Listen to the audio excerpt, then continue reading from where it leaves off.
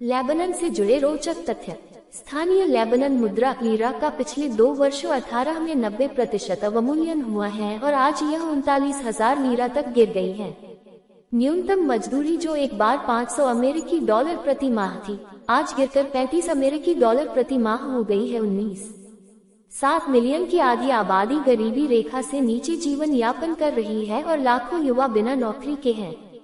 पिछले 2 वर्षों में खाद्य मूल्य में 628% 20 की वृद्धि हुई है और हजारों लोगों को अपनी नौकरियां या उनके वेतन का हिस्सा गंवाना पड़ा है। 21 निचले कुछ महीनों में कई नौकरियों की तलाश में विदेश चले गए हैं और विशेष रूप से डॉक्टर और पैरामेडिकल कर्मचारी बेहतर अवसरों की तलाश में पड़ोसी खाड़ी देशों में चले गए हैं।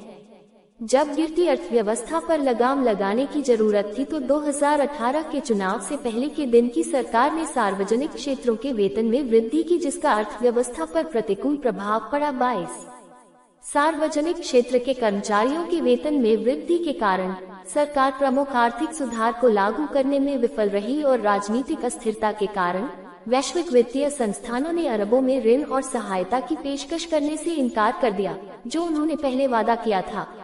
लेबनान की अर्थव्यवस्था के विशेषज्ञों में से एक अभी अहमद ने राय दी कि नई सरकार पूंजी की उड़ान पर कानून पारित करने में देरी कर रही है ताकि उन लोगों की मदद की जा सके जो कुछ विदेशी बैंकों में करों से बचना चाहते हैं और पैसा जमा करना चाहते हैं, और इसमें राजनेता और पूंजीपति दोनों एक साथ हैं और पूर्ण राज्य संरक्षण का आनंद लेते हैं। 23 लेबनान में बैंकिंग क्षेत्र गहरे संकट में है और राजनेता पूंजीवादी गठजोड़ बैंक सुधारों की दिशा में सफल होने के लिए कोई कदम नहीं उठाने दे रहा है। हाल ही में केंद्रीय बैंक के गवर्नर ने अपतटीय परिसंपत्तियों में $100 मिलियन का निवेश करने का खुलासा किया था। 24 लेबनान ने पिछले दशकों में इसी तरह के कई आर्थिक संकटों का सामना किया है, लेकिन इस बार यह एक असाधारण है और इसलिए व्यापक राजनीतिक और वित्तीय सुधारों के साथ मिलकर असाधारण आर्थिक उपायों की आवश्यकता है। लेबनान के बैंकिंग क्षेत्र को लोगों का भरोसा हासिल करने, आंतरिक और बाहरी कर्ज के मुद्दों को संबोधित करने और पिछले 3 दशकों की राजनीति से छुटकारा पाने की जरूरत है। लेबनान की अर्थव्यवस्था और खराब हो गई है। कोविड-19 का प्रकोप। पहला मामला फरवरी 2020 में सामने आया था। इससे ठीक 2 हफ्ते पहले सरकार ने घोषणा की थी कि वह यूरोबॉन्ड को $1.2 बिलियन के भुगतान में चूक करेगी। 25 कोविड-19 के बढ़ते मामलों के बाद लगातार लॉकडाउन किया गया। बड़े पैमाने पर बेदखली के रूप में छोटे व्यवसाय बंद हो गए और ज्यादातर क्षेत्रों में वेतन 60 से 80% तक कम हो गया, जिससे कामकाजी वर्ग प्रभावित हुआ।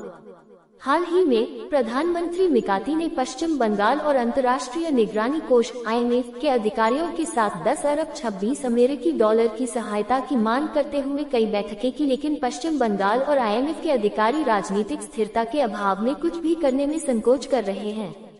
IMF और पश्चिम बंगाल दोनों ने न केवल लेबनान सरकार से घरेलू राजनीति को स्थिर करने को कहा है, बल्कि कहा है कि नई सरकार अगर आर्थिक सहायता प्राप्त करना चाहती है तो भविष्य के लिए आर्थिक खाका लेकर आए। लेबनान के दौरे के 2 सप्ताह बाद अत्यधिक गरीबी और मानवाधिकारों पर संयुक्त राष्ट्र के विशेष दूत ओलिवर डी स्यूटर ने कहा, ये देश विफल हो रहा है और जनसंख्या की जरूरत पूरी नहीं हुई है।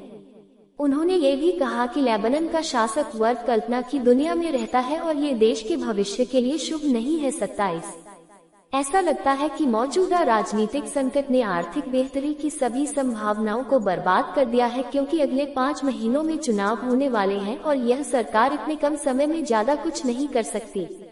हिजबुल्लाह एक शिया बहुल राजनीतिक सह उग्रवादी संगठन होने के नाते 1984 में अपने अस्तित्व के बाद से ईरान के लिए अपनी निकटता के लिए जाना जाता है। इन वर्षों में यह एक प्रमुख राजनीतिक शक्ति के रूप में विकसित हुआ है और इकबालिया राजनीतिक प्रणाली ने लेबनान के राजनीतिक क्षेत्र की बढ़ती सांप्रदायिकता और अपरिहार्य गठबंधन राजनीति के बीच इसे एक विकट अभिनेता बनने में मदद की है। 1 दशक से भी अधिक समय से यह एक शक्तिशाली शक्ति बन गई है, जो इसे सरकार बनाने, उनके काम को सुगम बनाने या उन्हें पनगु बनाने और उन्हें भी त्यागपत्र देने में